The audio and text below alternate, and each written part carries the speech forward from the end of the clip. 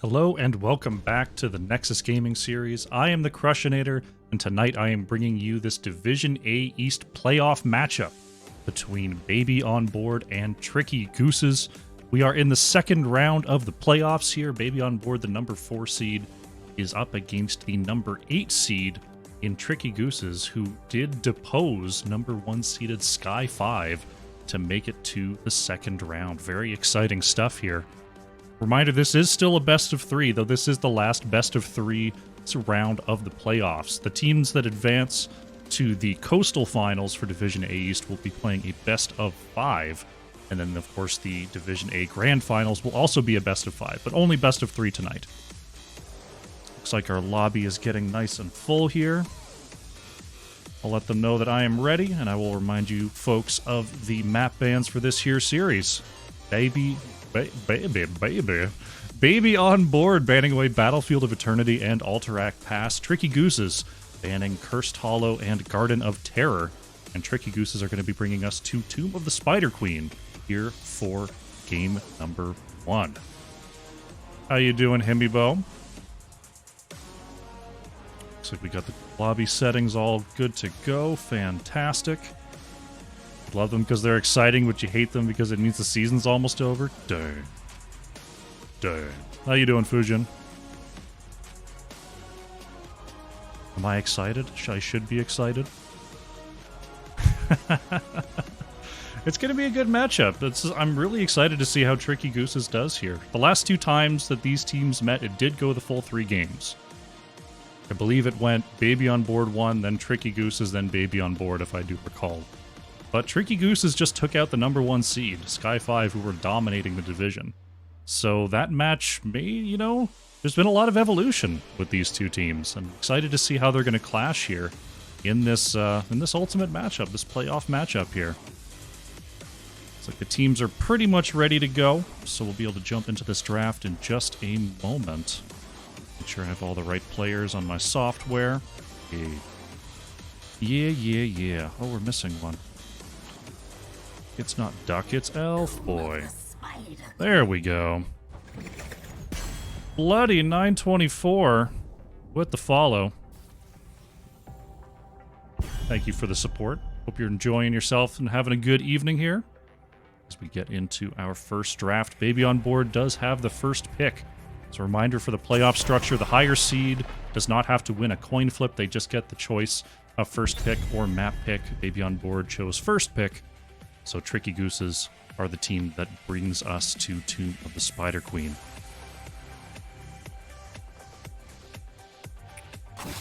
Stukov going to be the opening ban here for Baby on Board. Tricky Gooses taking out the Chromie. So trying to reduce that safe wave clear available to the side of Baby on Board. Stukov just overall great. You can't really go wrong with a Stukov pick these days. Very hard to punish. Very, very hard indeed. Garrosh going to be the ban here from Baby on Board. Garrosh does a decent job controlling space and harassing here on Tomb of the Spider Queen. Doesn't really contribute in the wave clear department. See, of course, the Tracer ban by Tricky Gooses, taking away that Mockery special pick. Looks like I'm losing some frames here and there. Hopefully that gets sorted out. Come on, internet, be cool. Kyberry's locking in that first pick Uther here for Baby on Board.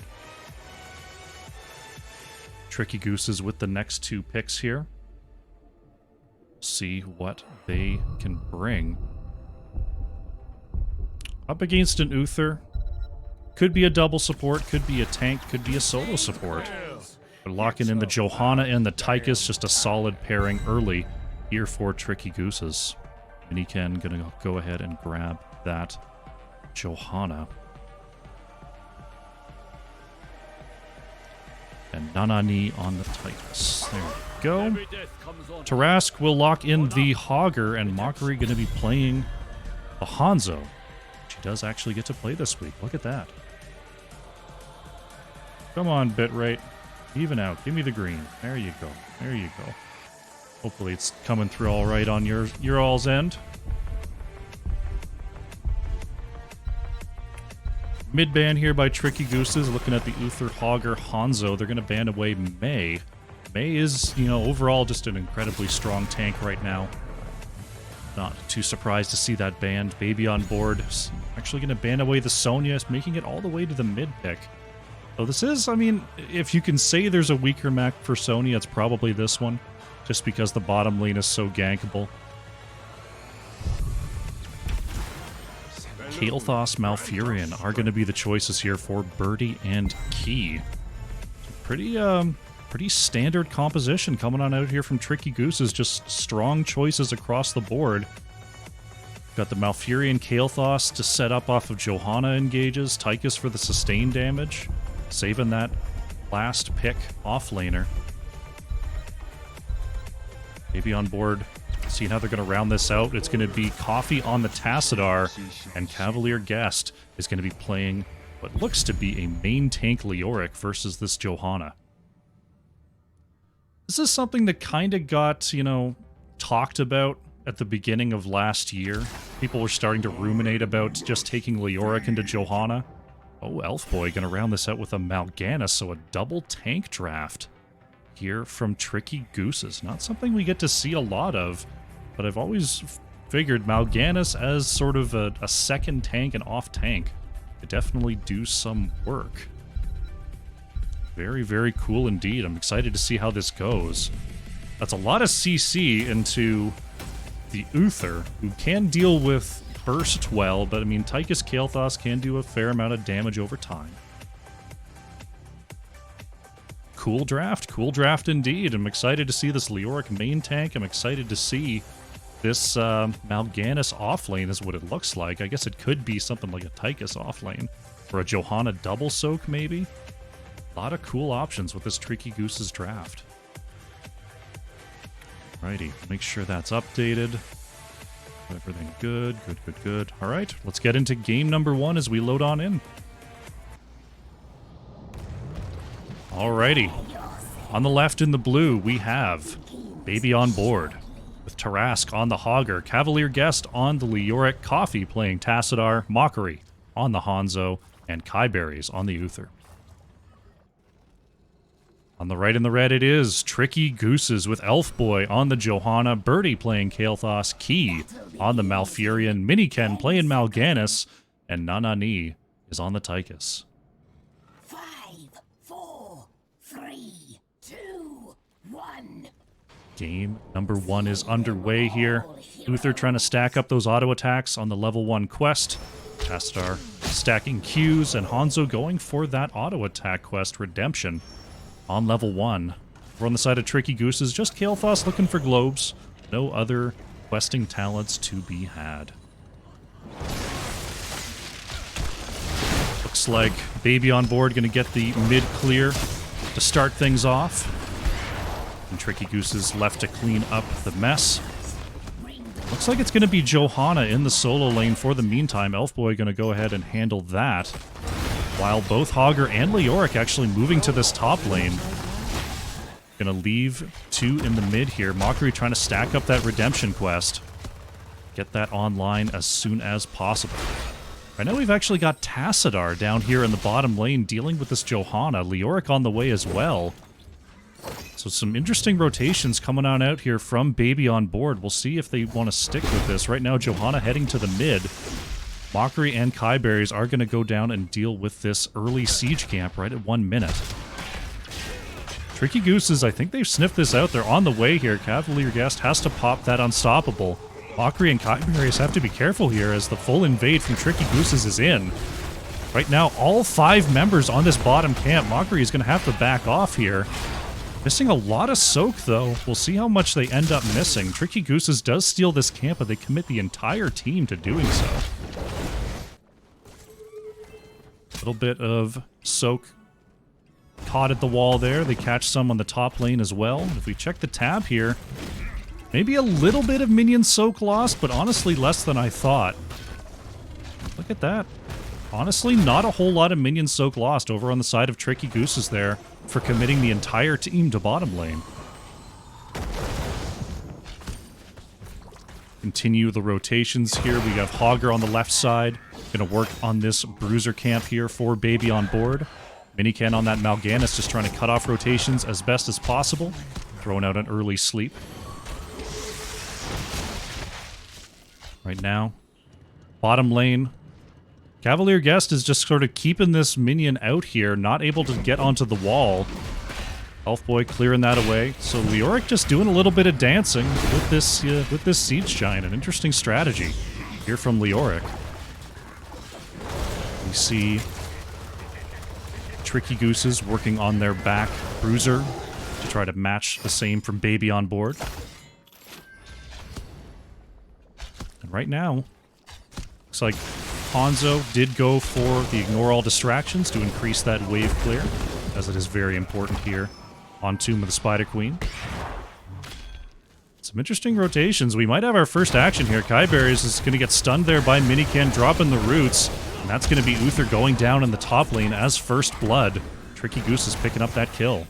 Mockery going to leap over the wall to avoid that third Fell Claw stun from Minican. Birdie going to drop off 12 there for Tricky Gooses. Both teams with 12 turned in. Both teams have about enough to have their first turn in of the game. Cavalier Guest has to be a little bit careful of the full rotation from Tricky Gooses. See Leoric going to head back down to the bottom lane, try to keep this lane pushing in the blue direction. But yeah, just not a whole lot of reaching across the map so far. We've had the one gank by Tricky Gooses, but overall, pretty even on XP. We had one camp invade, well timed there. As Tarask is going to back away. Nanani. What did Tychus go? Tychus did go in the rhythm. So going to be dealing extra damage and extra duration with that minigun as Tychus stacks up that quest.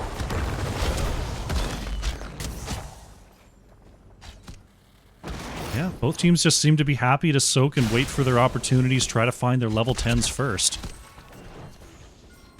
We see a collapse onto mid. Unstoppable is used by Leoric, but Minican lands the extra sleep. Here comes Baby on board. Elfboy has to pop the Unstoppable, but will get away just fine.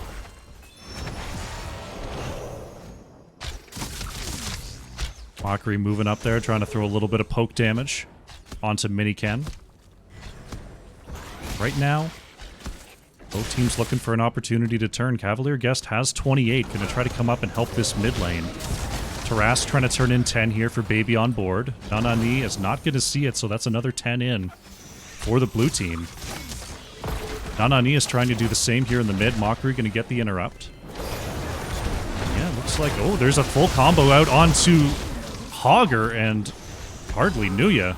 Hogger going to go down as the second kill of this game. You saw the full combo there.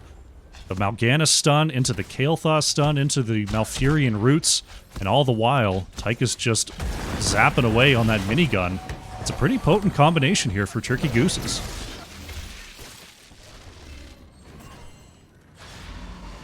Cavalier Guest holding 33, so more than half of the gems that are available here for Baby on board. It's going to get slept there by the Mal'Ganis. Gets away from the stun here. Got to be careful as Tychus is teeing off. Cavalier Guest is actually going to go down here. Coffee trying to pick up these gems. Tassadar now holding 40 here for Baby on board as Minican getting chunked. As you see Tricky Gooses moving back. Tricky Gooses have the level 10 advantage though. Still a few seconds off for Baby on board. Now see Tricky Gooses is going to go ahead and claim this bottom camp once again. Blue Web Weavers do manage to turn in the top lane. Coffee dropping off 9 there. Though Tassadar with 31 gems is still a pretty big issue. Baby on board is going to want to turn in pretty quickly after this first wave of the game. But the Blue Web Weavers are out. We see Hogger down in the bottom lane. At least for now, Hogger's starting to come up here. There's the Entomb that's going to land onto the Johanna, and that's the primary reason that Leoric is thought of as a possible counter, or is seen as a counter to Johanna in the main tank position, is the Entomb is there to make sure that the... oh, Mockery actually going after Key along the backline there. But the Entomb makes the Iron Skin a lot less useful, because Johanna can't walk through the Entomb with that Unstoppable. So that is probably the main game plan here We saw it was the Dragon Strike. Oh, nice D-Shield onto Tassadar. Gonna save Coffee there. Coffee, uh-oh. Still very low, though, has to start backing off. Baby on board is gonna have to move away here. Leoric trying to get one more swipe down here in the bottom lane before moving away. Did drop off most of the gems on that death, though. So not quite as scary as it was earlier. My web weavers have fallen. Gather gems. Web Weaver's down. Cavalier Guest trying to get away here. Manages to dodge 2 stuns, but the sleep is going to come out. And Leoric running out of options. Now we see a full collapse here from Baby on board. Hawker actually avoiding the silence by being unstoppable there. Stun comes out onto Miniken.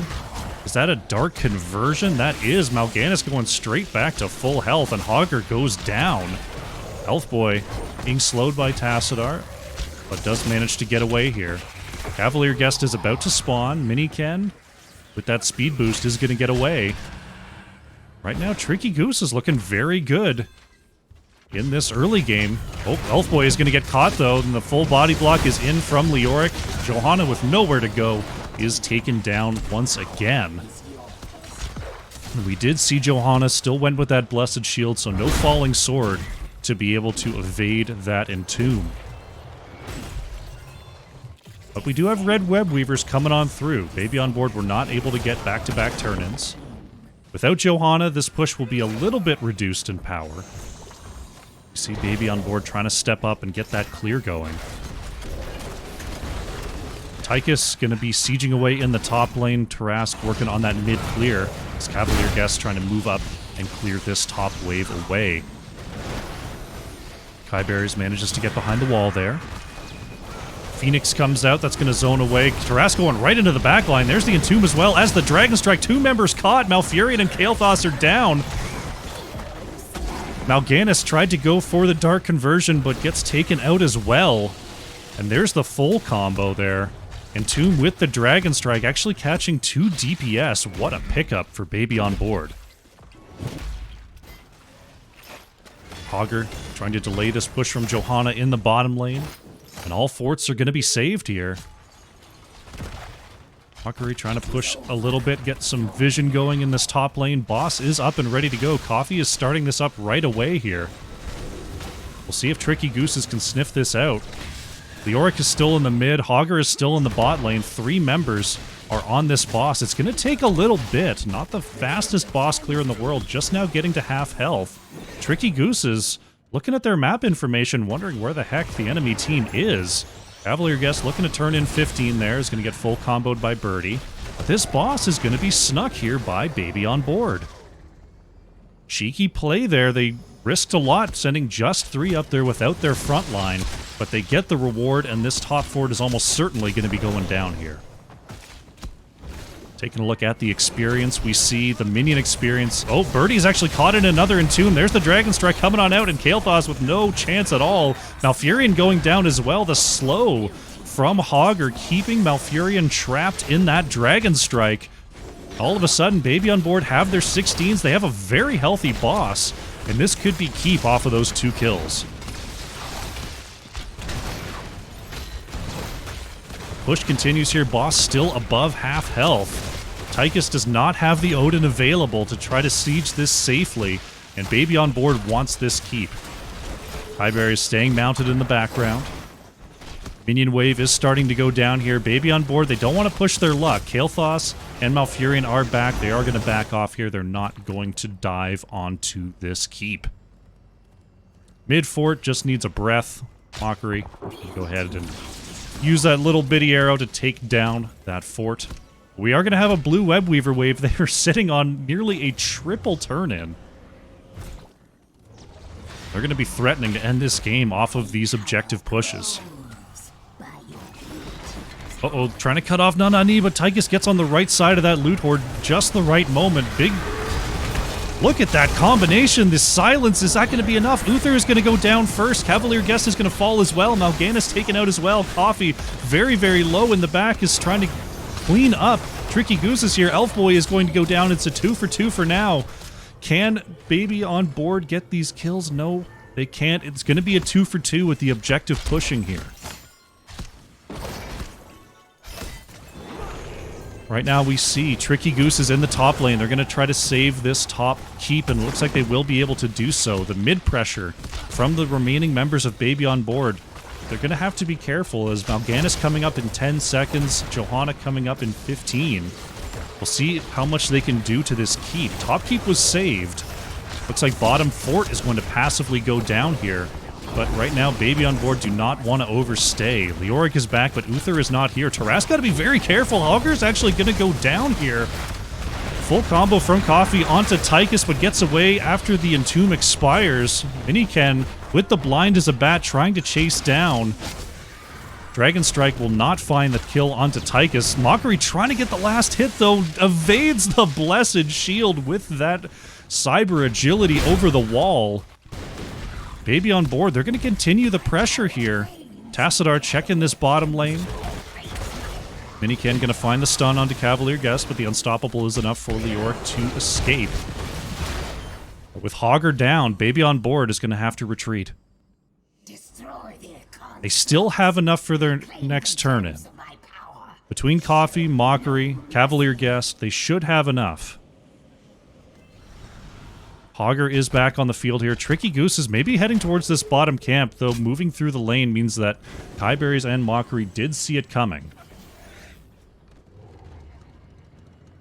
So the vision over this bottom camp is going to be controlled for now.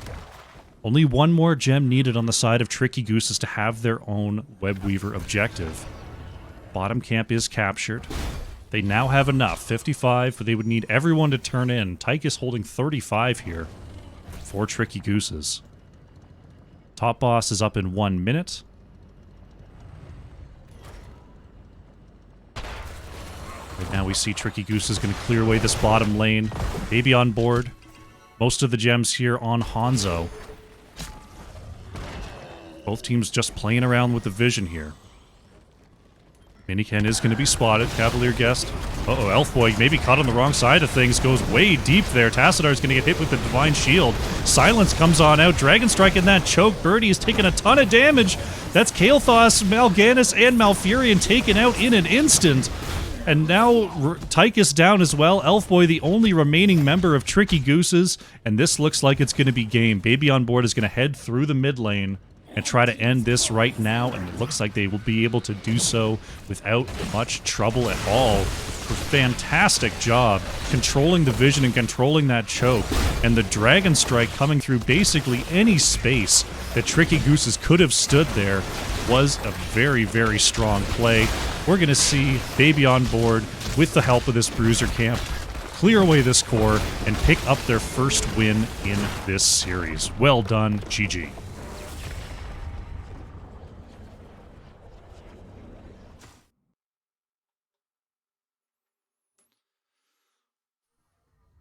Strong start there from Baby on Board, but at the start of the game, Tricky Gooses kind of had their number. They had very strong rotations. They knew exactly how long they could roam and still get back to find that minion XP.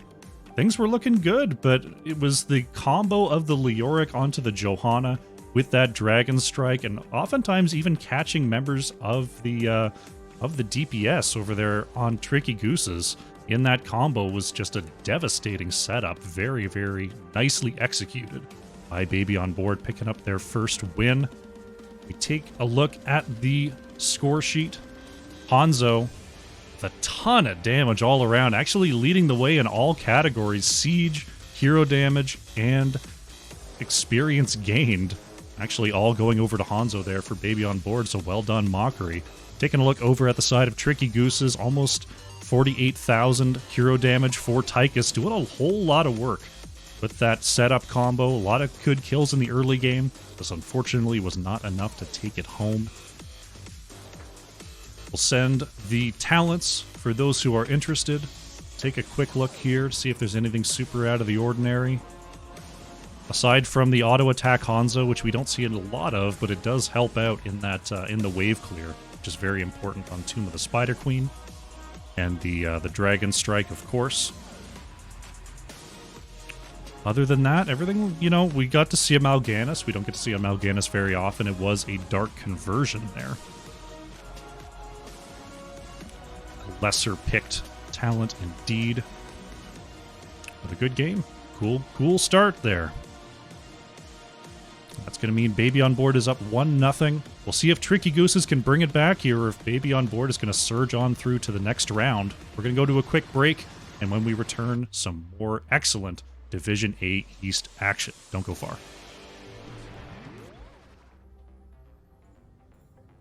Thank you for redeeming those bananas. Yeah, there's a weird glitch on the calendar for specifically, I think, A West. They have it on the calendar twice. I don't know why, but it's one match. I think someone messed up with the tournament creation.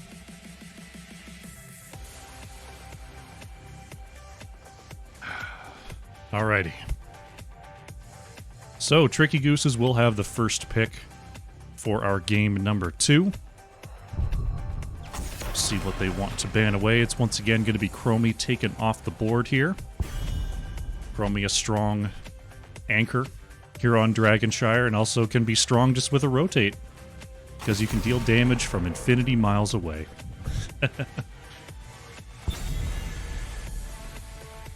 You see Stukov once again removed here by Baby on Board, so I mean, this late in the season you've got very well researched bans from our team, so I'm expecting the Tracer to be banned away, and likely the Garrosh again, but we'll see what the choices are going to be. What is it going to be?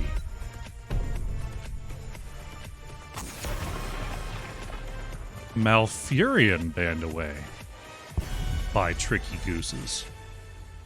Are they gonna pick the Tracer themselves?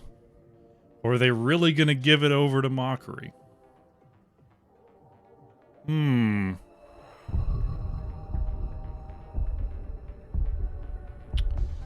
little bit of tomfoolery going on here. We see Baby on Board gonna take away the Gul'dan, targeting Nanani a little bit there. I was kind of hoping to see Nanani play Gul'dan again. He's kind of my favorite hero outside of Artanis. Now Tricky Goose is with a dilemma here, because if they don't pick Tracer, it's going to be instantly locked. It's going to be Tychus once again for Nanani, and here it comes. He didn't slam it. I expected him to slam it. That's so rude of me. Oh. Alright, there it is. Tracer picked up by Mockery. Tarask is going right back to the Hogger. Diablo will be the choice here from Minicam. Another strong combination. This Diablo Tychus has a very similar sort of setup, though a little bit more initiation coming in from the Diablo as compared to the Johanna. And Brightwing will be the choice here for Key, to try to hopefully deal with that Tracer a little bit. Having that ranged polymorph silence is strong into Tracer.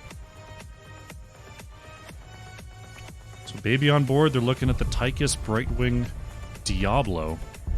See what they want to remove from that combination. It's just another very well-rounded start here from Tricky Gooses. There's not a, there's not a clear thing to ban away. They're going to remove the Diva to try to have a better top lane matchup for that Hogger.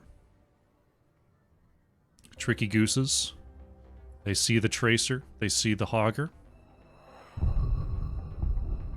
A lot of openings. See if they ban the Mei once again here. Mei into Tychus is a pretty good matchup. They're going to take out the Uther, though. Make Kyberry's flex off of that hero. Johanna will be the choice here for Cavalier Guest, so taking the available Crusader here. Put a little bit of blind onto the Tychus. And Deckard going to be the choice for Kyberries. So some good lockdown potential between Johanna and Deckard. We'll have to see how Coffee rounds that out. So right now, Tricky Gooses, their comp is looking fairly aggressive with this Diablo Tychus. We'll see if they keep that up in their last two picks here. They went double tank last time. It's going to be Cassius Sonya. So just more really, really strong heroes coming on out from Tricky Gooses. Nothing too tricky. unfortunately. Just good stuff. There's no real holes I can poke in this comp. It's going to be down to execution here. Coffee with this last pick. See what the choice is going to be. Going to need some sort of main damage. Oh, going with the double bruiser. Coffee picking up the Malthael. Not what I was expecting there. So we've got Hogger and Malthael. They can sort of choose their top lane matchup. Maybe they can do a 1-3-1 and have a Tracer roam. Very, very cool. All right, Baby on board going with a little bit of a higher, you know... It's higher execution, but not mechanically. This is almost like a higher communication requirement comp from them. They're going to have to be rotating around. They're going to have to be, you know, if Hogger's on the camp or Malthael's on the camp, they're going to have those lanes covered. I feel like we're going to see a lot of flowing between lanes and a lot of switching from Baby on board. Whereas Tricky Gooses, they've got a pretty straightforward plan here. They've got, you know, find the catch with the Diablo, land the polymorph, and get the kill. We'll see how it works out for him. On the left in the blue, looking to close out this series, it is Baby on board. Kyberries is on the Deckard, Cavalier Guest on the Johanna, Mockery playing Tracer, Coffee on the Malthael, and Tarask is on the Hogger. On the right in the red, we have Tricky Gooses with Sonya, played by Elfboy. Looks like we gotta do a quick check. They're double checking on one of the Tracer talents. I believe Health Pack. Yeah, I don't think Tracer can get into the Dragon due to a Health Pack bug, if you take the talent. Unfortunately, I can't talk to them, so they're going to have to go ahead and sort this out. Okay. Looks like they got it good. We'll get back into the game. Yeah, the rule is if Tracer takes the Is That a Health Pack talent on 4, she can't get into vehicles, so she wouldn't be able to get the Dragon Knight going. Yeah, I think they were just making sure that Tracer can get into the Dragon Knight if she doesn't take the Health Pack talent, so that's all still good to go. Let them unpause, and then we'll jump back into this game. Let the Tracer through for the fans? What can I say? What can I say, eh? Alrighty, R's are out. We'll get into the game in just a couple seconds. Alright, reintroducing the team on the right. It is Tricky Gooses, Elfboy on the Sonya, Nanani is playing Cassia, Birdie on the Tychus, Key is on the Brightwing, and Miniken playing Diablo. Let the battle begin. Alrighty. Game number 2 here. Possibly the final game in this series, but not if Tricky Gooses has anything to say about it. Going right in. And there goes Malthael. First kill of the game at the, what, 12-second mark? And that's, you know, right from level 1, right from the opening salvo. That is what this Diablo comp is built to do. Find and kill. Find and kill. So it's going to be up to Baby on board to try to deal with that. And it's going to be difficult. This comp is very, very well thought out. Right now, Tracer moving on to the right side, going to try to get this well down. See if there's any rotations out from Tricky Gooses. Miniken is controlling this mid-triangle. Coffee trying to get away from the sidewall, but here comes Diablo. This is almost certainly going to be Malthael going down, and there it is. Malthael taken out, but so is the well. We'll pick up there by Mockery, going to help Hogger in that matchup. So right now it looks like we've got a 1-4 rotate here from Tricky Gooses, moving as a 4-pack, which is the power of the team. Them being able to rotate as 4, any person they find they're going to be able to take down. Kybears, oh, actually gets stunned on the corner there. There's the polymorph as well. Deckard is going to be in trouble. I thought Deckard might slip the corner there, but a nice pickup by Tricky Gooses. Gets their 3rd kill in 90 seconds. That's going to lead to an invade here. Mocker going to poke in on the edges with this Tracer. Tarask coming down as well. Looks like Baby on board don't want to quite give this up for free. Cavalier Guest coming in on the flank, but the camp is captured. This could be trouble. We see Hogger going to go ahead and clear this away. Right now, Tricky Goose is off to a pretty strong start here. Malthael has moved up to the top lane to aid in this Bruiser camp push, but is going to trade out with Hogger. Right now, Tricky Gooses do control this bottom lane.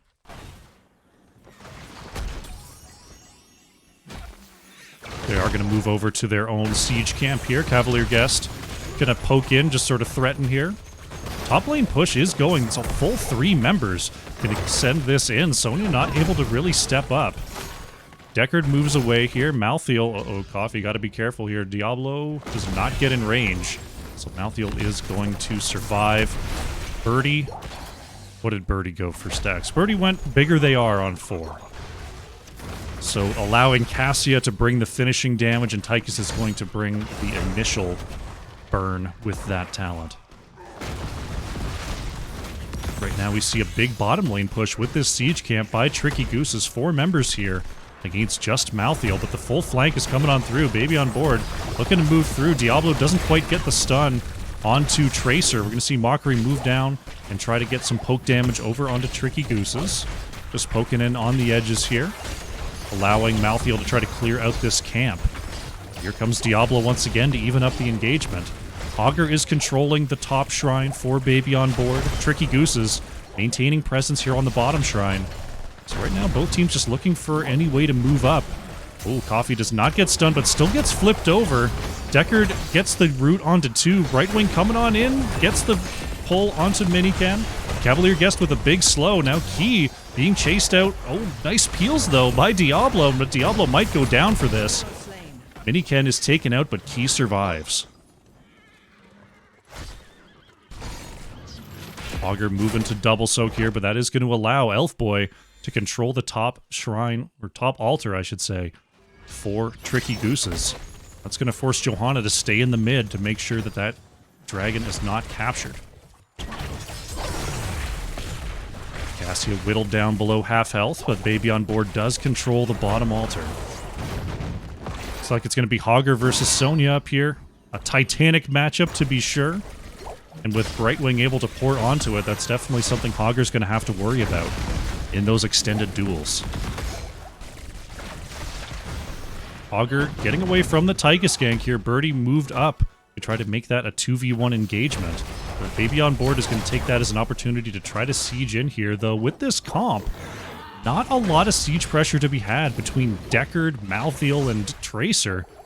Not really going to be able to do a whole lot to those structures. They're really looking for those team fight victories to allow the map to push in. Sonya being chased out there, but actually both are going to be rooted. Brightwing with enough healing to allow Elf Boy to escape. Mockery going to get flipped, has the recall out. Polymorph comes out though. Tracer trying to get away, will do so. All 5 members of Tricky Gooses here in the mid. Coffee turning over this bottom altar. May have overstayed, though. Moves out the backside, still mounted. Oh, Coffee trying to find a way out here.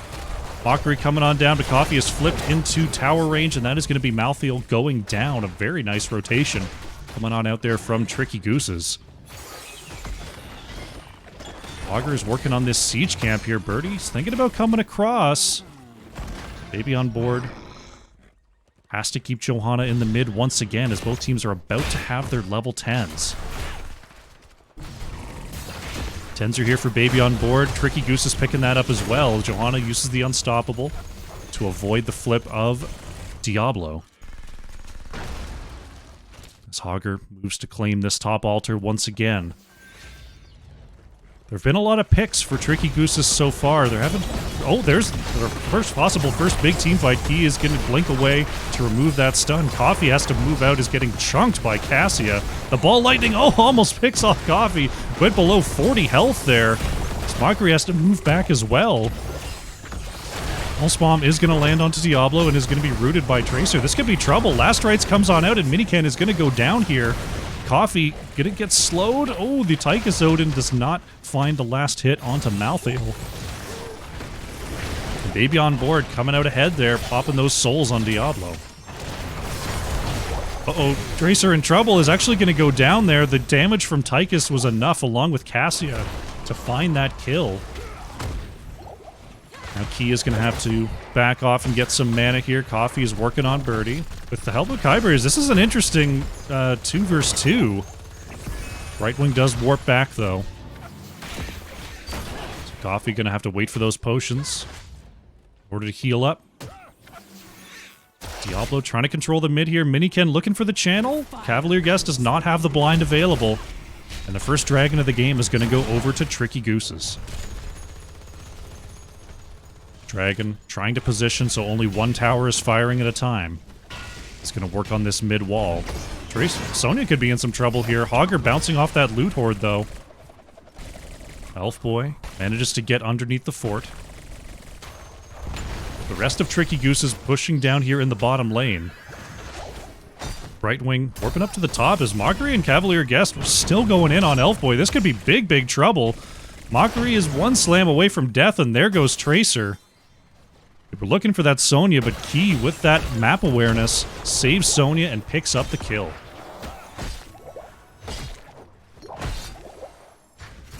Dragon Knight picking up that mid fort. Not a whole lot of clear available for Baby on board to deal with that without Malthael. Sonya pushing in the top lane here, and once again, Tricky Goose is looking very strong here in the mid game versus Baby on board. They're gonna have this bottom structure's in trouble here. There's the flip polymorph, and Malthael is taken out once again right before Kyberries can get those sleeps out. And look at how many rubies on the ground. Malthael was that close to being able to walk and just get full health instantly, but popped before even being able to move. Tricky Gooses on this bottom bruiser. Go ahead and claim their prize here. Hogger is going to grab the left side bruiser for Baby on board as they move to try to pick up their siege camp. Diablo gets the charge onto Johanna as the rest of Tricky Gooses pick up that bottom bruiser camp. And it's going to start moving onto this bottom fort. Right side siege. The next target here for Tricky Gooses. Be picking that up fairly easily as Hogger tries to move onto this top fort versus Sonya. A little bit of pressure down here in the bottom lane. Malthael with nowhere to retreat to has to be pretty careful on these rotations. Miniken will be caught by Cavalier Guest. This could be trouble for Diablo. The stun is in. Looks like Tricky Gooses, with their wall still intact, have a way to escape. Polymorph is out. Cavalier Guest has to pop the Blessed Shield. Is very, very low. Nanani goes in with the Fend. There's over the wall with the Diablo, and Johanna is down. And right now, Tricky Goose is knocking on the door of level 16, now a full level ahead on experience on the back of those hero kills. Odin is going to be popped here by Birdie. They want this bottom keep. Tricky Goose is going to keep up the siege. They don't have any minion waves, but this keep is so low. All they have to do is step up, and this keep is going to go down. Take hold of the shrine. 16s are here for Tricky Gooses. Still most of a level away for Baby on board. So they've got to watch for those rotations. We see a heavy rotation. Nanani. They have caught Kyberries here. Uh-oh, Deckard in all sorts of trouble. Miniken going for an APOC combo. It's not actually going to get the flip. The flip comes out, though. Domination combo, and Deckard Cain goes down anyway. So Mockery was moving in for a little bit of harassment on that camp there. Deckard caught out by that aggressive rotation from Tricky Gooses. Maybe on board, about to find their 16s, but they're going to have to do a little bit of dancing. Coffee in the bottom lane does pick up that altar to delay things a little bit further. Does manage to get out of dodge before Diablo could come on down. And now the dance begins. Tricky Gooses gets the bottom altar back, but Baby on board converts the top altar. And now with Deckard back on the map, Baby on board can look for something here. They've got even Talonteers. They are down almost a full level. Uh-oh. Big combo comes out. Elf Boy finds the spear. Mockery is still safe in the back, though. Malthael is still on the bottom altar, though. So Baby on board now control All 3 points. We'll see if they can get a dragon out of this. Hogger on the edge here. Malthael having to retreat. Malthael's still not here. There's the... Johanna is going to be polymorphed and flipped into the backline. The silence is enough. Johanna is down. 3 members caught in the sleep. Nanani is going to be saved by Key as Coffee moves in with the last rites. That's going to be Cassia going down. Taras trying to get away from Miniken. Will do so. So many rubies as Miniken is now going to be rooted and pulse bombed. Diablo finds the stun. Tarask is getting put very low. Brightwing going down as well. It's a 3-for-1 for Baby on board with a soul reset onto Diablo, and they are going to get their first dragon of the game. The flame cleanses all. Malthael has to clean up that bottom lane, so the Dragon, Tracer, and Deckard going to be pushing through the mid here. This is looking like it's going to be first structure of the game for Baby on board. Uh-oh, Birdie could be in trouble here. Pulse Bomb comes out. Marker going right in there because he's going to recall to the back. Great dive coming out from Tracer, picking up a quick kill onto Tychus. And this Dragon Knight with 48 seconds left on it is going to move to the bottom lane. Cavalier Guest going to cut off the rotation there. The wall still up and firing as the Dragon Knight is in the back here. But this whole wall, this whole well, this whole fort going to be taken out by Baby on board, and all of a sudden the map looking very even once again off the back of one strong team fight. Dragon Knight about to go down here. Sonya's in the top lane. This could be an opportunity for Baby on board to find something. If we see Tricky Gooses step out, looks like they're just going to go ahead and back off and work on this map control. Sonya Red team has taking that last fort in the top lane for Tricky Gooses. Siege camp picked up, stolen by Baby on board. They're going to move on down to the bottom lane here. Pick up this bruiser. Tricky Goose is just going to go ahead and clear this away. We'll see if there's any kind of invade possibility coming out. They are closer to level 20. So waiting does favor Tricky Gooses here unless they can catch someone way out ahead. Cavalier Guest is going to be dismounted, and it's going to be a full rotation on Johanna. Unstoppable is popped. Johanna trying to stay away from the walls. Pops the Blessed Shield in order to stay alive. Good trade, in my opinion. Bottom Bruiser camp is now up onto the wall. Malthael trying to equalize that top lane. Right now, Tricky Gooses do have their level 20s in just a moment.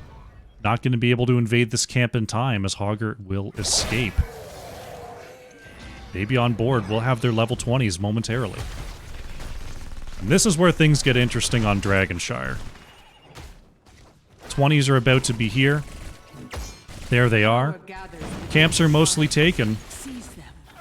Who will have the initiative? Baby on board is moving in for a camp invade. They're going to work on this bruiser. Hogger sees the rotation in the mid, and it looks like we might have a full brawl here. Baby on board. Going to back off. Probably for the best into Apocalypse onto a very small point.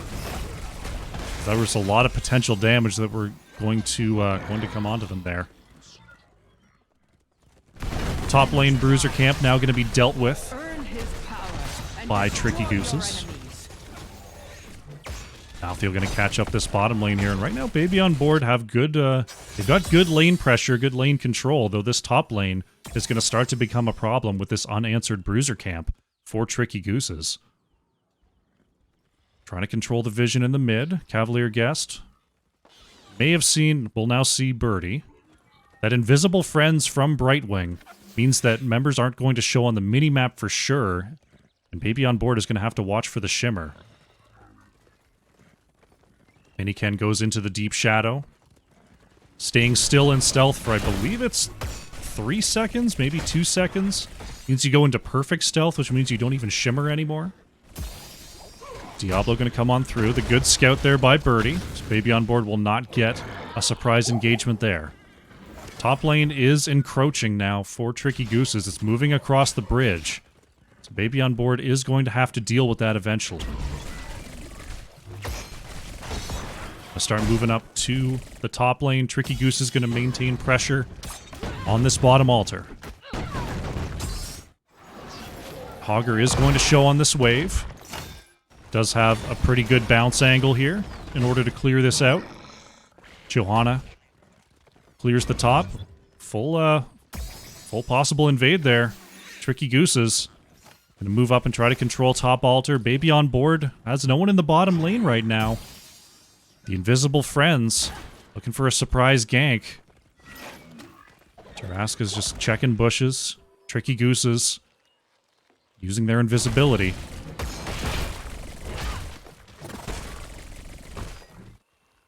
Right now, Tarrasque is going to see some members coming.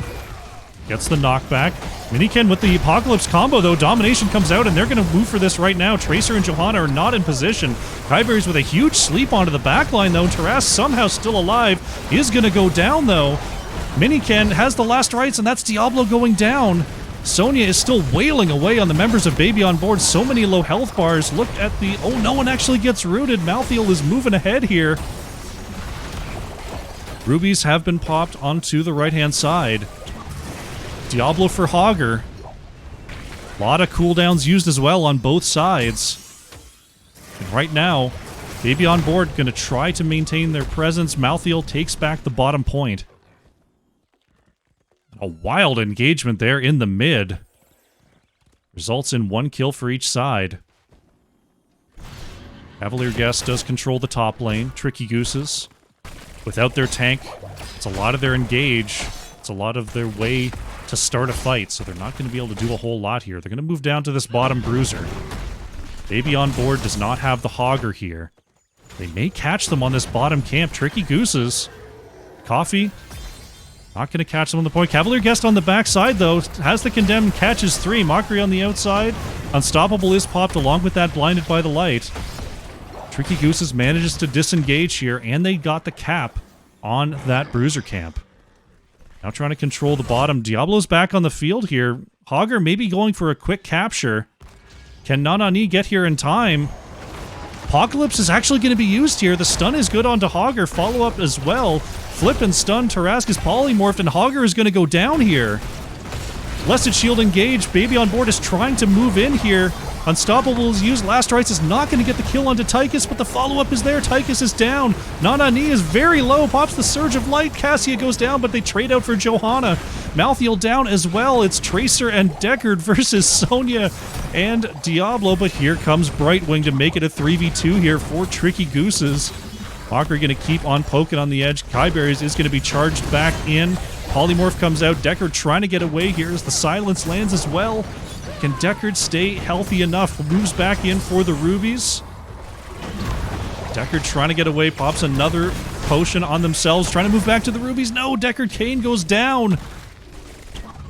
Tricky Gooses comes out ahead in that extended engage after finding that pick onto Hogger. He has to move back, has no mana left here. Mockery just poking on in here. Elf Boy is going to get hit, but Brightwing is coming right back to bring Sonya back to full health. Baby on board is on the back foot here, but Tricky Gooses, they can't really cap the dragon. Elf Boy is going to grab this bottom altar. Diablo moving up to the top side. 2 members are back for Tricky Gooses. We're still 22 seconds without Deckard. Baby on board has to be careful here. They now have to control the mid or possibly send someone. Oh, Blessed Shield does not land here. Nanani manages to escape. Hogger still working on that bruiser camp, which means only 3 members here to try to stop this dragon. Flip combo comes out, but this...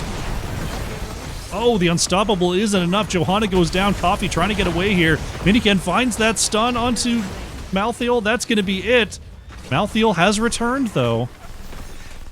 But Baby on board can no longer stop this dragon cap.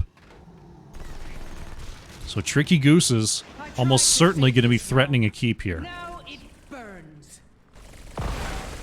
Baby on board trying to clear away this bottom lane push. Dragon is going to be pushing in the mid. 3 members, along with this Odin, for Tricky Gooses is going to be pushing down the bottom lane. Dragon. Once again, not a lot of PvE damage onto moving targets here for Baby on board. Malthael can do well into this Dragon Knight, but the kick cooldown is going to mean that Malthael gets pooped away quite a bit. Bottom keep being threatened. Deckard throwing out those roots to try to push back the members of Tricky Gooses. Dragonite still plugging away here in the mid as Malthael moves on back in to try to finish this off. Tychus Odin is down. Elfboy is going to commit, and that's going to be the keep going down here. Dragonite trying to get this mid keep as well. Diablo is going to have to start backing off here. This could be trouble.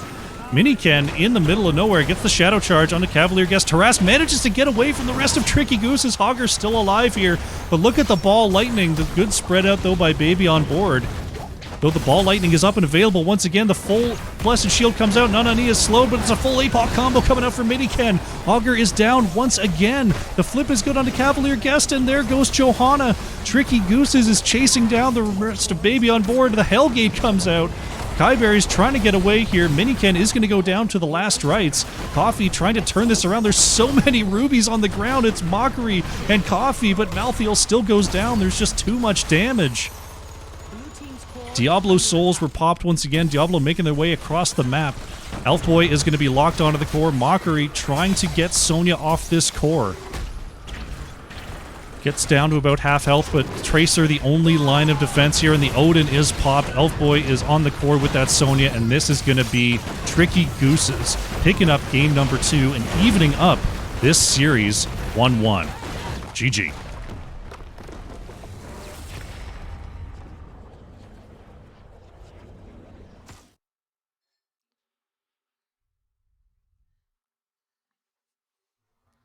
Quite a game number 2 there. Tricky Goose is swinging in hard with that Diablo Brightwing composition. Extremely well played, and great job finding those late game picks and turning those fights in their favor. Baby on board fought hard at the end there and almost made it happen, but the amount of damage coming on out from Tricky Gooses was just too much to handle.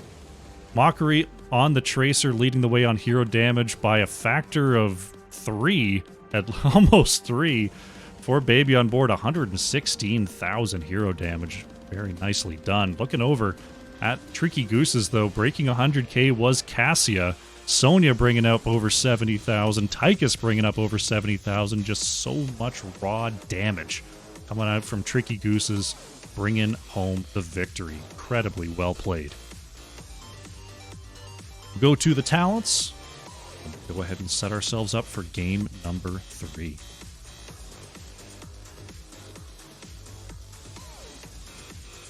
Alrighty.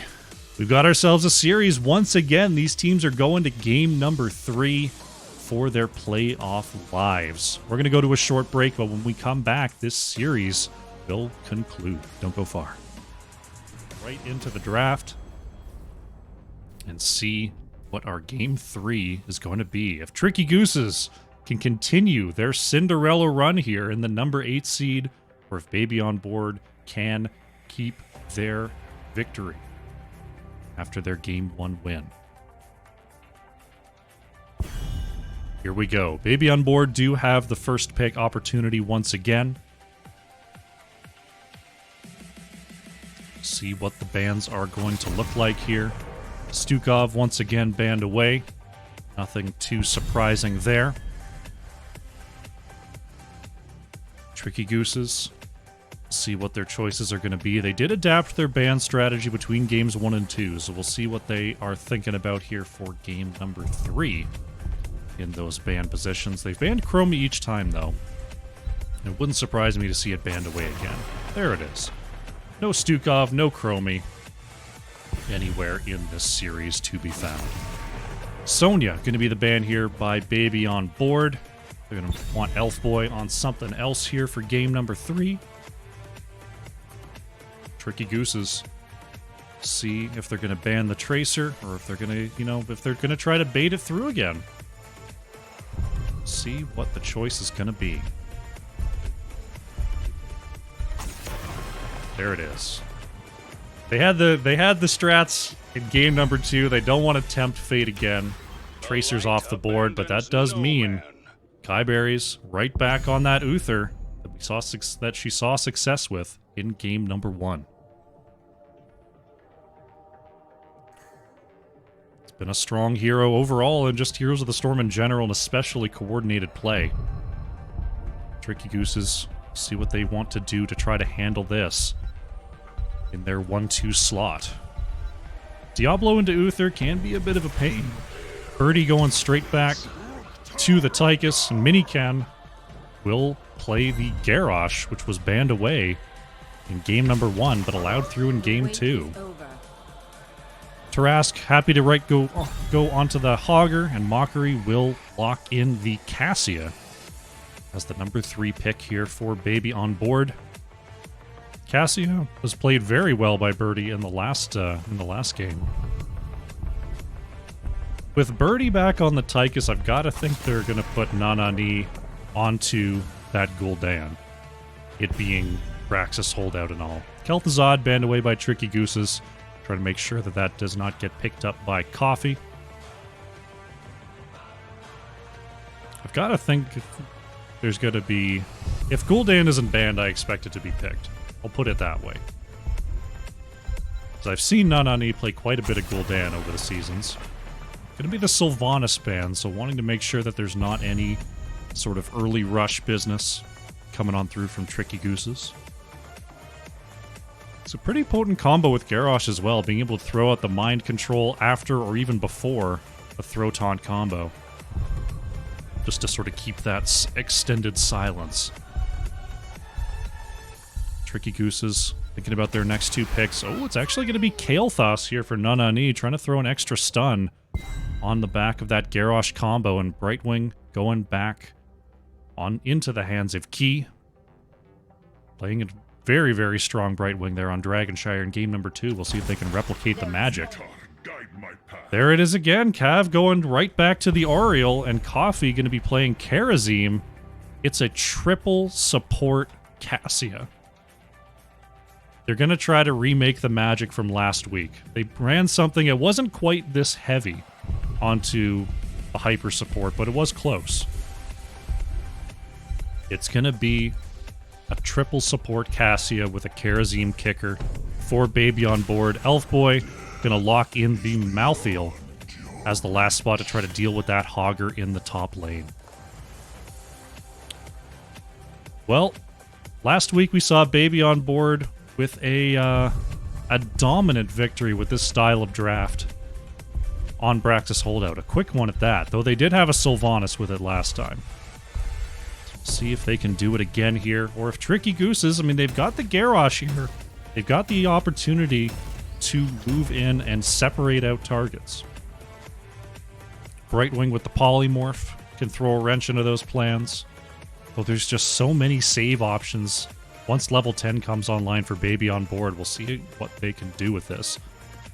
Excited to see if this comp will work again for them, or if Tricky Gooses can find the magic one more time. Let's load on in. Alrighty. Game number 3, the deciding match for who will be moving on to the Coastal Finals. On the left in the blue, it's Baby on board, with Cavalier Guest on the Oriole, Mockery playing the Cassia, Kyberry's on Uther, Coffee going to be playing the Karazim, and Tarask is on the Hogger.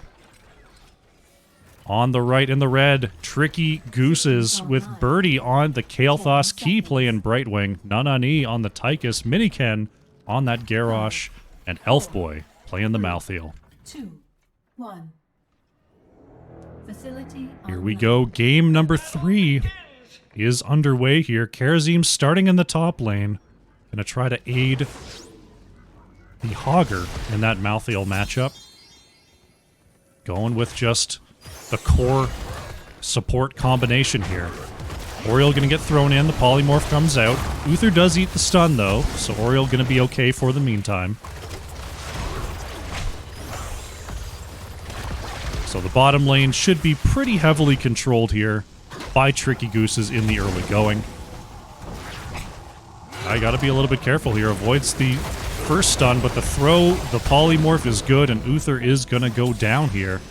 Early kill coming on out from Tricky Gooses. Elf Boy is being forced back by this duo of Hogger and Karazim, though. So Baby on board gonna try to control that top lane and just lose as little as possible in the bottom lane. But look at that, Oriole, we hardly knew ya, taken out by Miniken and crew. Right now we see Tricky Gooses thinking about an invade here. Hogger is working on this camp. Mockery is going to scout this out. Nanani moves on to this camp. Right now, Tricky Gooses, there's no reason they can't just move up and control this point, but it looks like Baby on board, they're going to move in and try to fight over this. They're going to try to use their support powers. Miniken gets knocked off the point. Cavalier Guest now stepping up. Right Wing gets the teleport, but Baby on board gets the point.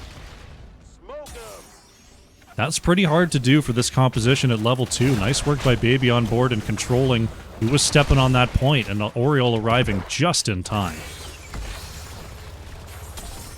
Right now, Baby on board, trying to control both points. Malthiel definitely not going to be able to control the top point. Cavalier Guest finds the stun. They just need to control this for a minute. There's the blind onto Tychus, going to allow these 3 to survive for now. So they get 32% on this first channel, as Tricky Goose is looking to grab this back. Uther going to get thrown and polyed and stunned in the back line, and that's going to be Kyberries going down once again here. Cavalier Guest and Mockery trying to get away, but Tricky Gooses will easily wrestle back control of this bottom point. Hogger going to be working on the back camp here as Karazim, maybe finding the kill onto Malthiel here. Just a couple more punches. There it is. Malthiel actually goes down to the kill pressure from this Karazim. Nice work by Coffee, but the Cavalier Guest going to be thrown in once again, and Oriole will fall.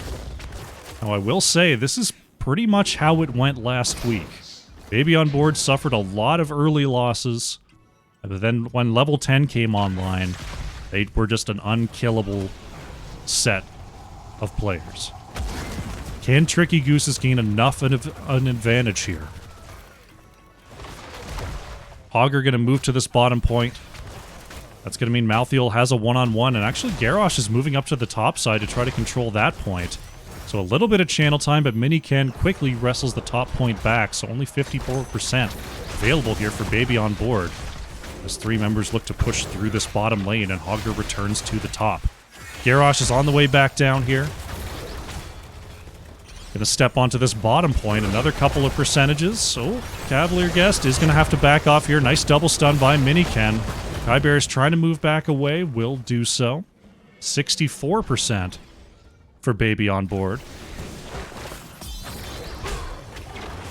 as they look to fight over this point. Hogger's actually going for a camp steal here. Malthiel's still trying to deal with that Karazim. It's Baby on board right now. They're just sort of stalling things out. Miniken looking for a throw, won't quite get it. The stun and knockback are there. Just trying to play around with the vision around that vent. Malthiel does find Hogger on here, but Elfboy could be in trouble. Coffee was coming on through. Coffee thinking about turning around. Elfboy very low, but the rest of the team is going to fight around this point. That's a full combo. This could be trouble for Baby on board as Nanani boosts forward, and that's going to be Oriole going down. Uther falls as well. Malthiel actually goes down on that top side to Karazim and Hogger there. And Cassie is going to escape.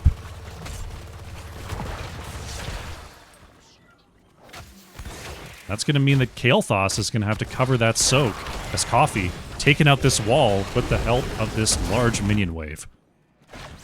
Up to 76% on the channel is Baby on board.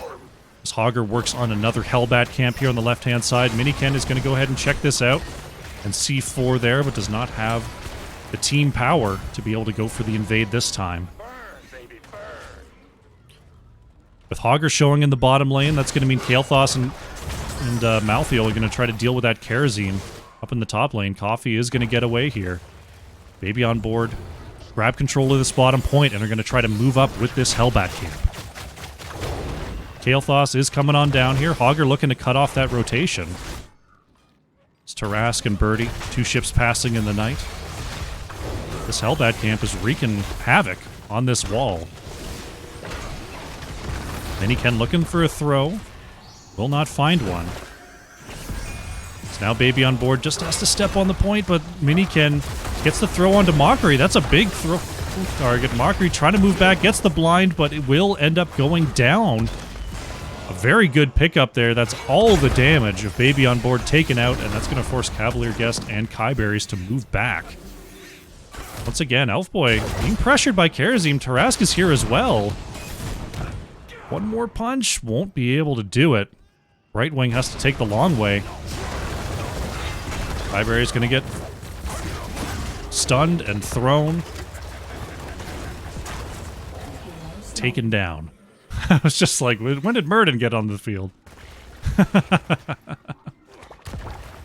Oriole going to be holding down the fort in the bottom lane here. Cassie's actually moved up to the top lane. Going to try to get some damage here onto Elfboy and Key. This is going to make it very, very hard for Malthael to spend any time here at all. The counter siege in the bottom lane from Tricky Gooses is in. They have their level 10s.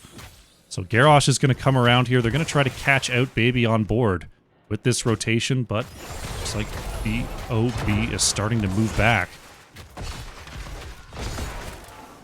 Minican is going to grab this top channel. Bottom is being fought over by Uther and Oriole. Right wing coming in as well. Cavalier Guest does still manage to get that mount. Tarask is grabbing this back bruiser. Tricky Gooses is now starting their first channel of the game, up over 40% here. Level 10s are still not here as Cassia trying to get it off this minion wave. Tarask is here. Hogger looking to engage here. They've got to do it fast. They have their level 10s, and there they go. They're moving on to the point.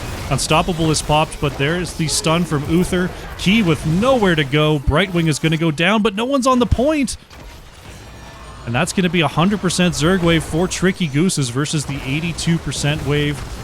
Like a 67% wave is what it'll be for Baby on board. Nanani trying to clear this out with the Odin. Baby on board fully committing on this top wave. They're going to try to abuse their composition. Cavalier Guest has to be careful here. Oh no, goes down to the fort. Hogger gets thrown in as well. A disaster for Baby on board here, as Oriole had that fort aggro the whole time and went down to the tower shots. And now this wave is going to get a ton of value here for Tricky Gooses. Baby on board does not have a ton of wave clear to be able to deal with this. Their plan this whole time was to get a wave and just take that through to the keep with their teamfight prowess.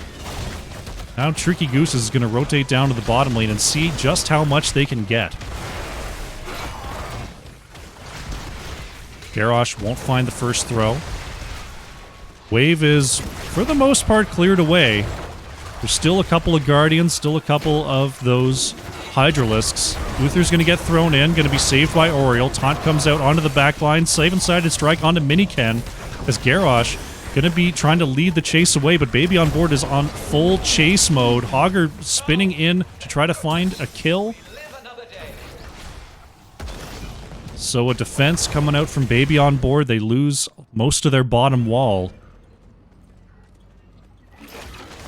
before they move back onto the map here. Overall, still fairly even, though Tricky Gooses has more of their top keep wall available. See what Baby on board starts to do with these rotations. Oh, Malthael is way out there. Hogger flanking around the back here. Elfboy could be in all sorts of trouble. Here comes the whole cavalry. Elfboy's going to be knocked back here. Malthael gets the marks, tries to move on through. Miniken comes through with a save, but Malthael is going to go down. There's the Into the Fray to get Brightwing out of trouble.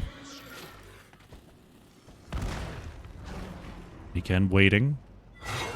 Looking for the throw, didn't quite get it. The Baby on board is now going to move on to this boss. Not a whole lot Tricky Gooses can do here, even with their level 13 advantage without Malthael. They're definitely not going to be able to fight on a point over this triple support composition. But here they come. Oh no, they may be caught here. The boss taken earlier than expected. Hogger into the back line is going to be thrown away by Miniken. The seven-sided strike not going to land onto Garrosh. A successful disengage and possible re-engage here. But boss is going to be pushing down the bottom lane, and this is once again Baby on board has to clear away this minion wave and this camp, because they do not have minions pushing without it. Boss already down to half health.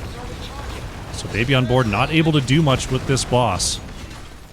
Almost have their 13s. Objective is coming up once again. Right now, Hogger trying to get this camp steal, but Tricky Gooses is coming on strong. Cavalier Guest finds the stun, going to be thrown into the back line, is going to be saved by Uther. Coffee and Mockery going in there, trying to find the last hit on a birdie. That's going to be Kael'thas going down here. Hogger still finishing up that camp. Baby on board, pick up that steal and pick up the kill. Right on time for these beacons to spawn. They've got a Hellbat camp in the top lane. Looks like they're going to try to pressure this structure a little bit. Miniken is spotted on the edge here by Hogger. Camp is going to start to move in. Baby on board has the channel running in the as Karazim went to pick that up. So now Tricky Gooses is a little bit stuck here. They can't move to the bottom lane. They can't really move out through the top until they clear this out. And progression is going up to 40% here for Baby on board. Karazim has to take the long way around. Coffee got to be careful here. Scarosh was looking for a throw. Up to 62%. Miniken is going to jump onto this point and stop it at 72%. Pretty similar to the last one. See what the rotation's going to be. Right now, Garrosh trying to scout out Baby on board, who are going to pick up this bruiser camp for the top lane. That will have to be dealt with by Tricky Gooses. Right now, Baby on board just moving as 5. Tricky Gooses maintaining pressure, or maintaining presence, I should say, here in the bottom lane. But more importantly, staying off the map.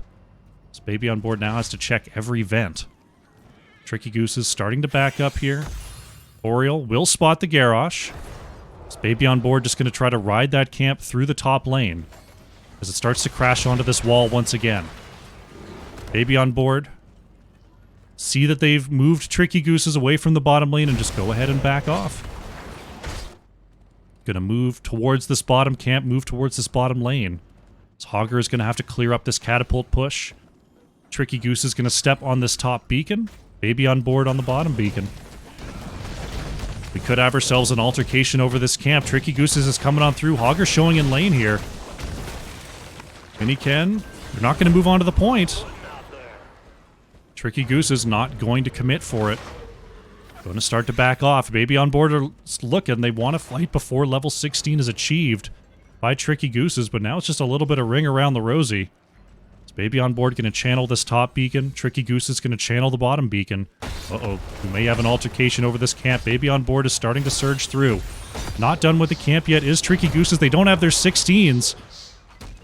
Tricky Gooses, they're just going to have to give this up. Miniken finds the throw there onto the Uther, but it's going to be saved there by Oriole. Getting back to full health very quickly. Has to pop the self-D-shield, though. Now Baby on board. They're going to try to control this bottom point. This will almost certainly result in a 100-0 objective. Elfboy being thrown in. 7-sided strike onto Malthiel. There's Brightwing with the warp, though. Cavalier Guest in all sorts of trouble. Oriole is down. Elfboy warping on through to try to survive. Kyberry's very, very low here. Uther is going to fall.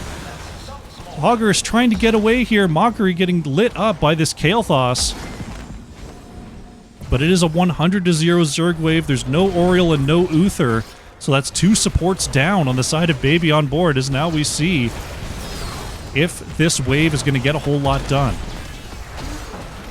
Bottom fort's going to go down. The throw into the backline with the polymorph is going to be enough to take out Hogger. And that's going to force Coffee and Mockery to move back here. Tricky Gooses picking up the solid defense off of that team fight. Very, very nicely done. Already, this game is going significantly later than the last Baby on board Braxis that I cast. Tom Peace, thank you very much for the follow. Glad you're enjoying yourself today. Right now, Baby on board without their Hogger. Gotta be careful here. They still have this top fort to retreat to. But the boss is the call here. Miniken gets stunned out here. Cavalier Guest, gotta be careful. Unstoppable is popped. There's the polymorph stun onto Uther, and Uther is completely annihilated. Crystal Aegis not used there. And this boss is now going to be pressured here. Baby on board, maybe looking for a 4v5 over this boss. They've still got the 3 supports, or still got 2 supports, along with this Hogger. Elfboy very low in the bag. Mockery with the ball lightning. Is it going to be enough? Malthiel goes down here. Oriole is thrown into the back. Oriole falls. Miniken with the taunt onto the point. Brightwing is going to go down, but Miniken is being taken out here. Birdie is going down as well. Baby on board with the 4v5. Steal this boss. Nanani is cleaning up with that Odin. It's a 3 for 4. Baby on board, get the boss steal. But they can't do a whole lot with it. Once again here, the wave is cut. So the boss is just going to start marching onto this bottom keep. It's still 20 seconds before people can come up to defend it. Tychus, the only one on the map right now. Hogger and Cassia going to try to put some pressure on this top lane, but they're just now getting this Hellbat camp up to the wall. Boss is still working away here. Tricky Gooses are going to have to make a choice. Are they going to answer the boss, or are they going to answer this top keep push? The catapults are locked in. This is almost certainly going to be top keep going down. Baby on board manages to retreat here. Malthael is clearing away this bottom boss. Right now, Baby on board somehow, some way, just keep coming out ahead. Despite these trades, Tricky Gooses have been playing fantastically into this very difficult to kill comp. Baby on board just continue to survive here. Keep piling on the camps. They keep piling on the objective race. Nanani gonna scout this out with a grenade. Now Tricky Gooses looking to fight over this bottom point. Miniken and Elfboy splitting. Cavalier Guest is all over the backline here. Going to be thrown in. Going to pop the D-shield onto Oriel. Unstoppable comes out. Brightwing cannot warp in time. Garrosh is going to go down. Elfboy trying to get enough damage and run away here, but Key blinking in now with nowhere to go. Brightwing is down. Coffee trying to chase out this Malthael. Augur is mounted. Gets dismounted, though, by the haunting wave. Boy, oh no, is going to be taken out by the Kharazim. It's a triple kill for Baby on board. They've got the camp pushing in the top lane. This could be it. Hogger is going to get this top channel just in case. And we see Baby on board. They're just going to go for the checkmate here. Tychus and Kael'thas are stuck in their base. They can't do anything about the channel. Baby on board have the pressure to the core in the top lane. They're going to have the pressure to the core in the bottom lane. And they're going to have a 100% Zerg wave barreling down onto this keep. They don't have the siege pressure to end the game. They are going to just start to back up here. Kael'thas trying to get to the top point in time, but it's not going to be soon enough. The objective goes over to Baby on board. They're going to pile on a bruiser camp just for good measure here in the bottom lane, and this is going to be the push. Can Tricky Gooses come up with the miracle defense and save their playoff lives here on Braxis Holdout? Here comes the Zerg wave. Baby on board have their 20s. Can they take this core? Here it comes. Taras thrown into the backline. Hogger is going to be hit with that stasis from Oriel. Key and Elfboy very low as Coffee going all in with the 11-sided strike. Nanani being chased away by Kharazim. There's Tychus going down. There's Brightwing going down. The no control from Hogger. And that's going to be Baby on board with the 2-1 victory. They're going to advance in the playoffs. GG. Hello, Crush. Hey, hey. Looks like I'm joined by Mockery and Cavalier Guest. Congratulations on the victory. Thank you. Thank you.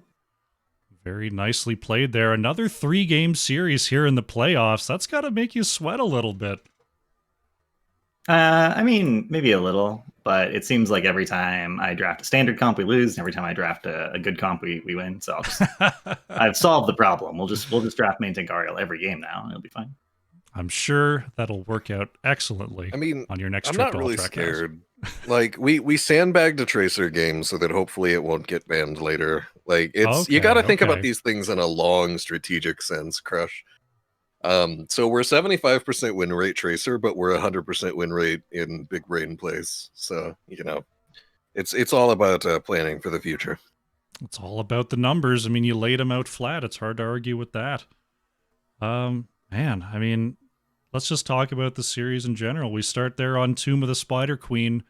We saw the Hanzo come on out. Tell me a little bit about the Hanzo build for those who may not be familiar, who or often see different kind of builds. We saw the auto attack coming out from you. What was sort of the impetus there with that build?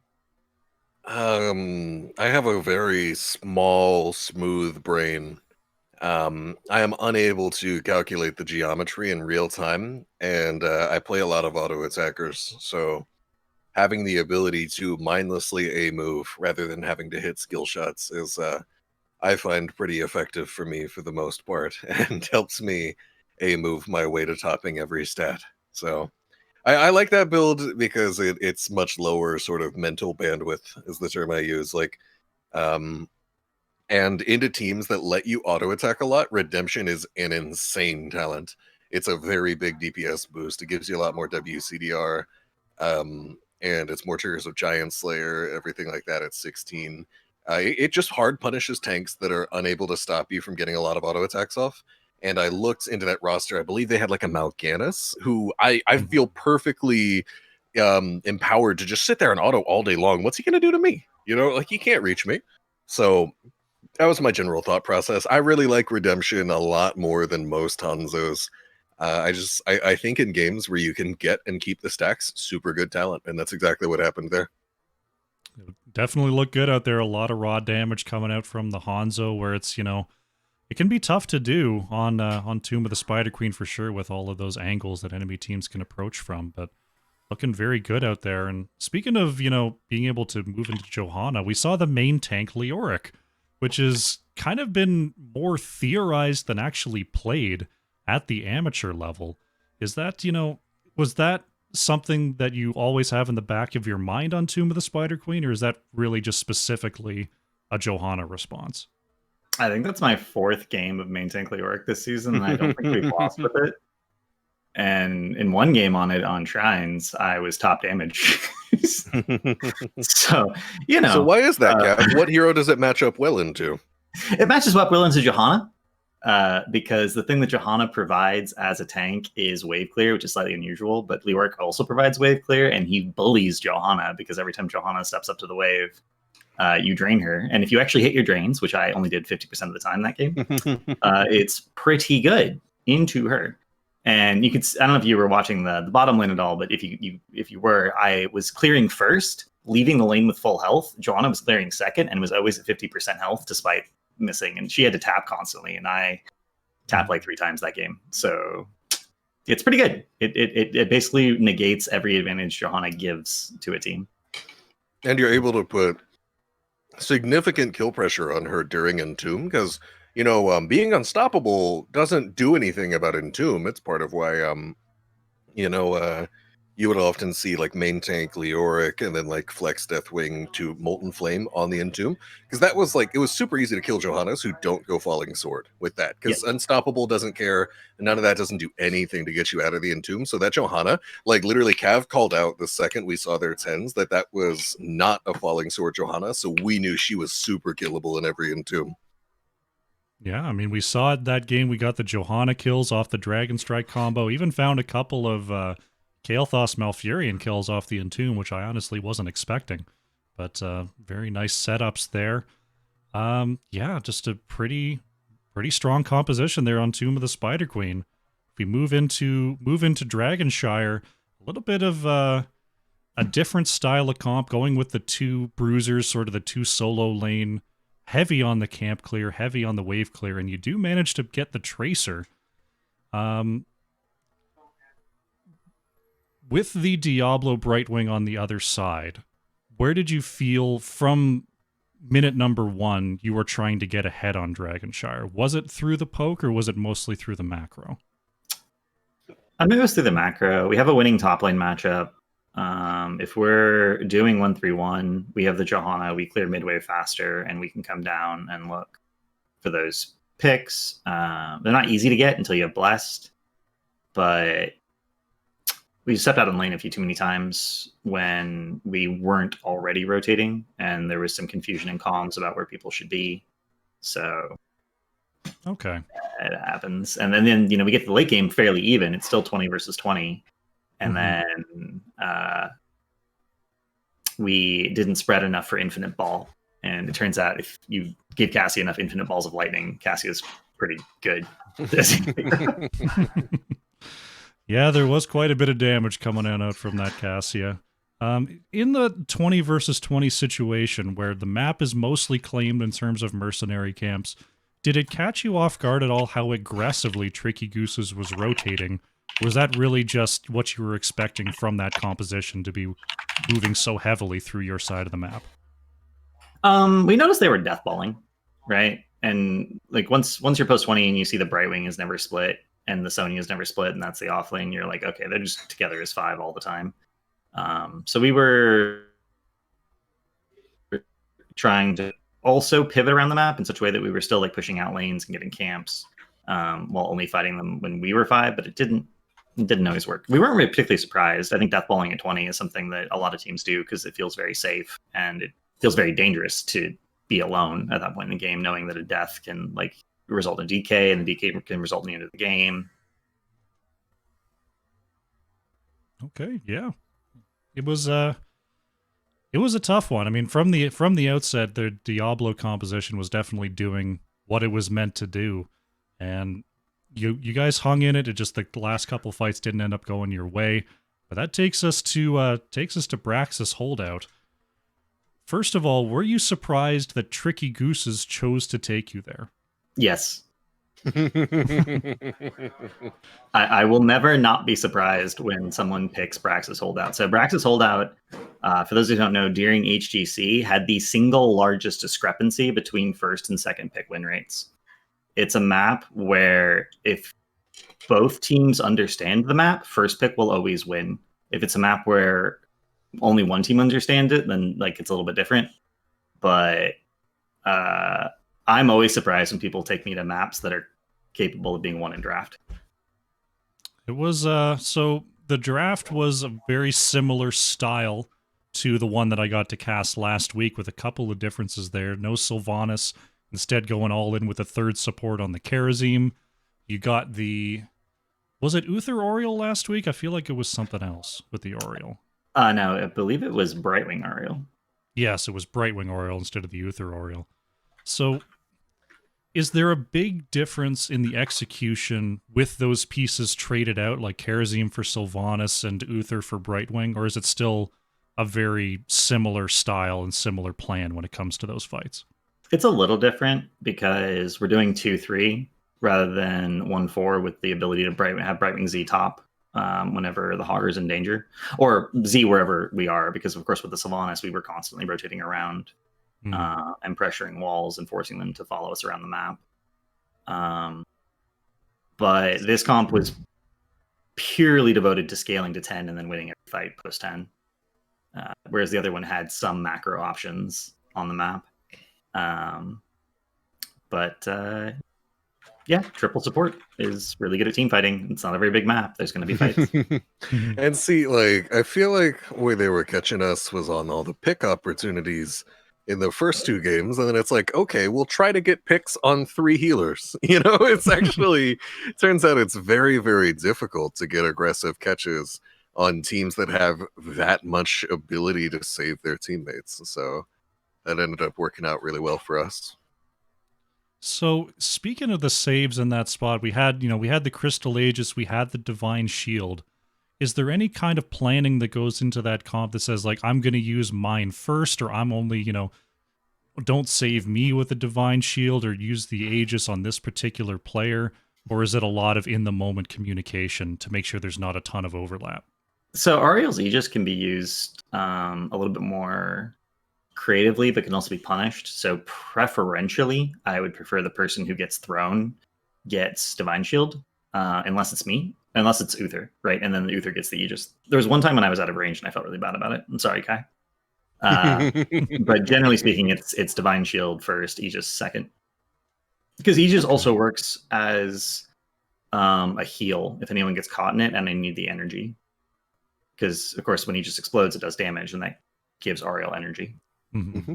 And I might be low on energy in the middle of a fight, which especially I got to like 8 or 9 stacks of Reservoir of Hope could have been realistic post 16. Although post 16 the game was I think that game was over the second we get to late game. Cassia's 13, 16, and 20 are all hugely impactful into Garrosh. Once I get Gloves of Alacrity, Garrosh is never in my range anymore. I can always stay out of Garrosh's range, so he just has to eat my damage. And then once I get Martial Law at 16, I'm getting that percentage damage, and as we know, percentage damage ignores armor. So hey, it turns out I start to shred Garrosh a lot more. And then I get to 20 and I get Titan's Revenge. My auto attacks hit 20% harder, but also they ignore armor. So at that point, I was calling out to comms like, guys, Garrosh is super killable at this point. Like, I'm looking at the enemy team. I'm just thinking about like what their draft was in that situation. I'm looking at it right now. Brightwing, Garrosh, Tychus. And I was very surprised at no Neo Steel coding in one of the Tychus games. I don't know if that was also the case in the last game, but I thought that was an interesting decision in Dragonshire. But like after 16 and 20, the Garrosh was super, super killable. So at that point, they can't get any picks because if they throw somebody, that person doesn't die. And the Garrosh can't really be in the middle of fights. So all they really could try to do were these like weirdly aggressive Malthael dives. And again, just playing for that burst does not pan out against triple healer. You have to play the pick game or else you're just never going to win a team fight. Yeah, I mean, the power was there in the early going. Obviously, you don't have your save tools yet. It looked like they were working on some feigned engages to try to bait out some of those heroics. So, I mean, just a good job by you guys in making sure you didn't overcommit to those saves in the late game. And yeah, just another really cool victory there on Braxis. Congratulations. And that puts you on to the A East Finals, where you'll be facing either... Is it the finals? It's the wow, A East I thought we had Finals. like more rounds, huh? Yeah, me too. Wait, so if we win the A East Finals, is there like a Div A Finals? Yes. So I see. after So it's not like the the A end. East Coastal Finals, the winner will face the winner of the A West Coastal Finals. Gotcha. So there's the A East Finals next, and then the Grand Finals after that, and those are both going to be best of fives. So yeah, that's going to be against either Phoenix Rising Diamond or Phoenix Rising Xanthite. They're both playing each other, I think, tomorrow. Feel like we played Diamond. Have we played against Diamond before? Did we play against both of them? Oh yeah. I don't know. I don't even, dude. I just show up and play the games, dog. I don't know. Let's take a look at the record here. So I get a helpful Okay. scouting report from Kyle Ferguson about what everyone plays and what map should be banned, and I base my drafts About around 10 that. minutes before the game. Yeah. Usually get 10 to 15 minutes before the games. I don't So remember teams' names. Yeah, I never so keep this the is game. mostly Xanthite you fought mid-March. They won 2-1. okay. Diamond you fought mid-April and you won 2-0. So Xanthite is the 3 seed and Diamond is the 6th. Okay. Cool. Yeah, PRX is a cool team. I've played against them personally and they whoop my butt. So that'll be if that is indeed the matchup, that'll be a cool one. I think a lot of them were in the chat tonight as I look at the names. Hell yeah. Doing their But, scouting. welcome, friends. I appreciate that. I encourage you guys to ban as many supports as possible because you never know when I'm going to go triple Dude, support. guys, let Tracer through. We lost with it. We are 0% Tracer in the playoffs, dude. That You can't, gotta you let know, it through. another piece of irrefutable math coming Mhm. on out from Baby on Board. But congratulations on the victory. Very well done. Any shout outs you'd like to make before we close down here? Jeez. I had so much to say before in the previous interviews. You did quite the shout out last time. It was, I will, it was an epic shout out. I will again shout out NGS and everyone who puts it together. Everyone who casts NGS, makes it feel like there's more of a community going on, makes it feel like there's this awesome thing that's happening, right? Where you get to have your games casted like you're a professional player. It's super fun. It's been one of my favorite things about the HOTS community ever since Chair League. And having worked on both Chair League and Heroes Lounge, I can tell you that it's a lot of work behind the scenes to make that happen for the community. So shout out to everyone who puts that work in. Excellent. I'd like to shout out my brother for making a delicious sous vide steak tonight. Quite good, quite good. Did enjoy. Would recommend. Oh yeah, my wife makes a nice sous vide now. We got the Instant Pot for Christmas. It's been a dream, man. It's been a dream. Hell yeah. We got an air fryer too. It's been great. Shout out air fryers. Air fryers in the chat. I don't have an emote for that. I should. Shout out to Air. We breathe. Yeah, hell yeah. Air can get it done. Alrighty. Cavalier guest, Mockery, thank you very much for coming on by. Congratulations on the victory, and good luck Thank you. going forward. Yes, Thank you I very hope much. to see you again soon, my friend. You're our good luck charm. We'll catch you next time.